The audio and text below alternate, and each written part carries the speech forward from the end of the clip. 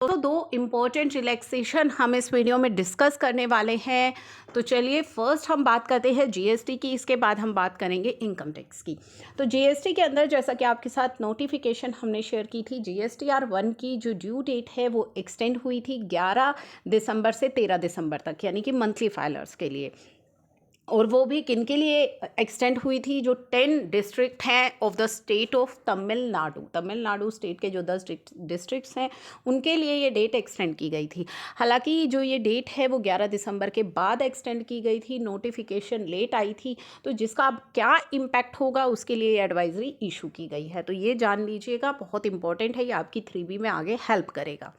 तो due date जो है 10 डिस्ट्रिक्ट की ऑफ स्टेट ऑफ तमिलनाडु वो एक्सटेंड की गई 11 से 13 दिसंबर तक, ठीक है, नवंबर महीने की।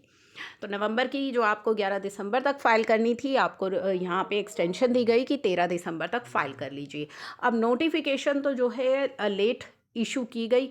अब होगा क्या? जो credit of invoices covered in the returns pertaining to the GST and aforesaid district file during 12 to 13 दिसंबर, यानी कि 12 और 13 दिसंबर को जिन्होंने अपनी जीएसटीआर 1 की फाइलिंग की होगी, will not be populated in 2B, वो इनवॉइस आपकी 2B में पॉपुलेट नहीं होंगे। तो ऐसे केस में अब आपको क्या रिलैक्सेशन दी गई है कि 2B में तो वो इनवॉइस नहीं आएंगे, लेकिन 2A में आपको शो हो जाएंगे, तो आप अपना जो क्रेडिट है वो 2A के बेसिस पर ले लीजिएगा। तो वो रिलैक्सेशन यहाँ पे दी गई है। Tax payer are advised to take ITC in respect of supplier of the aforesaid district on the basis of 2A। तो जो सप्लायर आपके इन डिस्ट्रिक्ट्स में अगर है और 12 और 13 दिसंबर की जिनकी फाइलिंग हुई है वो 2B में नहीं अगर शो हो रहे हैं इनवॉइसेस, तो 2A के बेसिस पर क्रेडिट क्लेम कर लीजिए।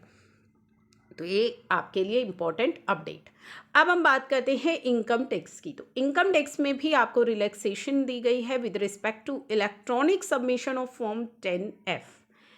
अब यहाँ on consideration of practical challenges being faced by non-resident taxpayer not having PAN in making compliance as per the above notification and with a view to mitigate genuine hardship to such taxpayer, जो practical challenges face किए जा रहे हैं, उनके पास PAN number नहीं है, it has been decided by competent authority that such category of non-resident taxpayer जिनके पास PAN नहीं है, who are not having PAN and not required to have PAN as per the provisions of income tax, उनके लिए mandatory भी नहीं है, जो कि are exempting from mandatory electronic filing of form 10F till 31 मार्च 2023 तक उनको रिलैक्सेशन दी गई है कि आप जो है इलेक्ट्रॉनिक फाइलिंग जो है नहीं करना चाहते या तो आप नहीं कर सकते, आपको रिलैक्सेशन यहाँ पे दे दी गई है। मैंडेटरी जो आपके लिए था इलेक्ट्रॉनिकली आपको फाइल करना होगा, वो अब आपके लिए मैंडेटरी नहीं है। For the sake of clarity, such category of taxpayer may make statutory compliances of filing form 10F till March 2023 in manual form। तो आप मैनुअली भी फाइल कर सकते हैं। जो आपके लिए मैंडेटरी किया गया था कि इलेक्ट्रॉनिकली ही आपको फाइल करना होगा, तो वो अब आपके लिए जो मैंडेटरी रिक्वायरमेंट थी उसको हटा दिया गया है 31 मार्च 2023 तक। तो ये दो इम्पॉर्टेंट जो है अपडेट्स इशू हुए हैं जीएसटी और इनकम टैक्स में, इन्हें आगे शेयर ज़रूर कर दीजिएगा, काफ़ी इम्पॉर्टेंट अपडेट्स हैं।